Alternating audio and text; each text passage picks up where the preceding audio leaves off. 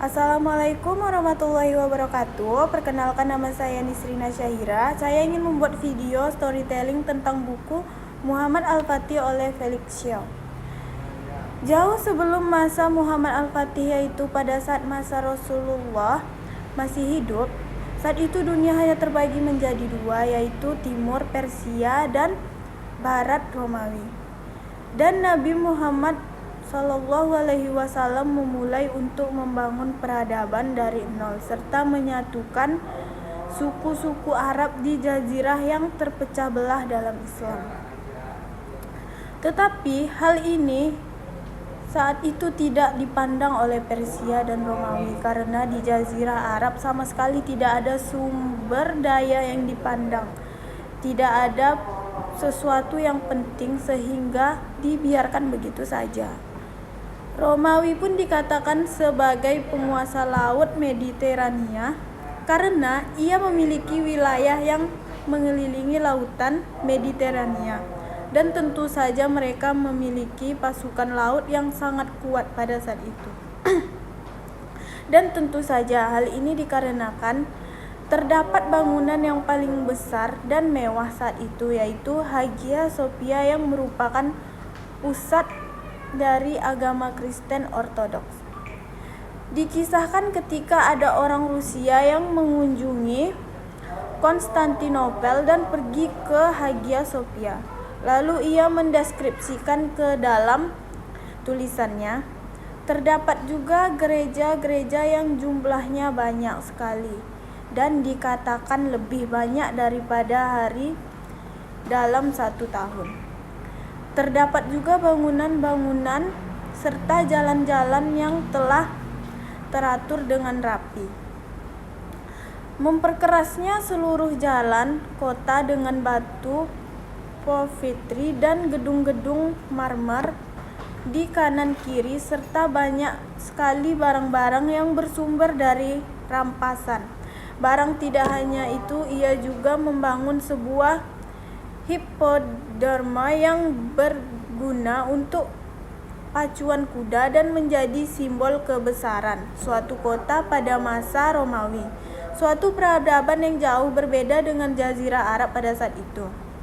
Di akhir peperangan yang berkepanjangan ini, maka dimenangkan oleh Romawi, yang dimana dikarenakan munculnya seorang pahlawan, seorang kaisar yang memimpin pasukan yang berhasil mengalahkan pasukan Persia, merebut kembali wilayah-wilayah di Persia, serta merebut kembali salib suci. Kemudian ia mengarak salib suci ini dari tempat direbutnya sehingga sampai ke kota Yerusalem dan dikembalikan ke gereja makam Kudus. Kaisar ini bernama Herakius.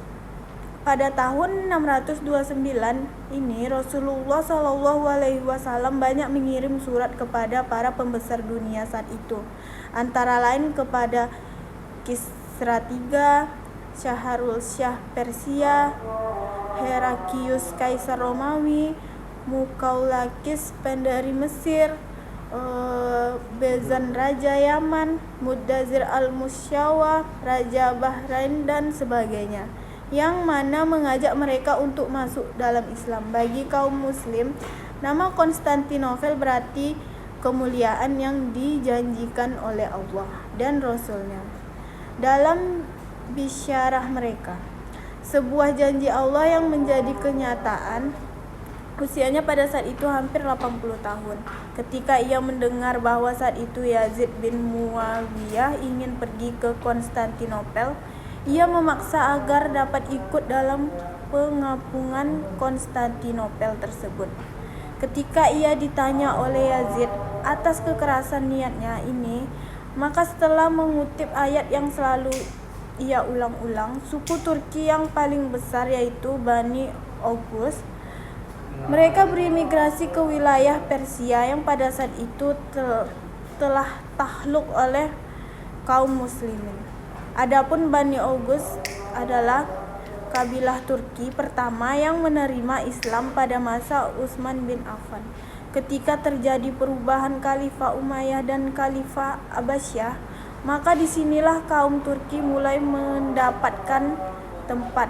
Dikarenakan ia Khalifah Mu'tasim, ia memberikan kedudukan kepada kaum Turki, serta menyampaikan di wilayah yang strategis untuk berhadapan dengan Khalifah Fatimiyah, yang dimana waktu itu dikuasai oleh orang-orang Syiah. Ketika terjadi gempa bumi Orhan pada tahun 1354 dapat menguasai Gallipoli, sebuah kota pertahanan yang terletak di Selat Dardanella, dan ini menempatkan posisi mereka di Eropa. Dan ini kali pertama setelah 717 kaum muslimin akhirnya kembali menginjak tanah Eropa. Al-Fatih sadar bahwa selain menempa dirinya, ia juga harus menjadikan pasukan menjadi sebaik-baiknya pasukan. Karena Konstantinopel hanya dapat ditaklukkan dengan pemimpin dan pasukan yang terbaik yang dikenal dengan nama Yenisei, sehingga ia dapat mengamankan Selat Bosporus sehingga menghubungkan Konstantinopel, Utsmani, Asla, dan Eropa. Selain itu juga menjadi pemutus suplai makanan dan perlengkapan perang serta bantuan pasukan dari Genoa di Laut Hitam pada 5 April. Pasukan telah berkumpul. Sultan Al-Fatih berserta iringannya sampai di depan dinding Konstantinopel.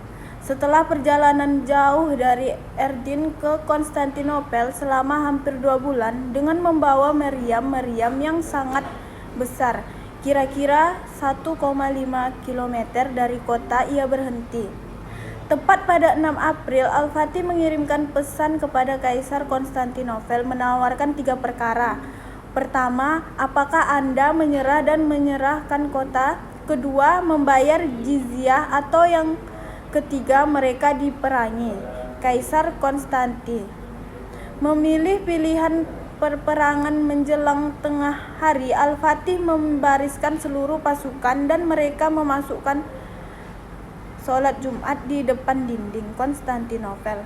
Orang di dalam dinding Konstantinopel dan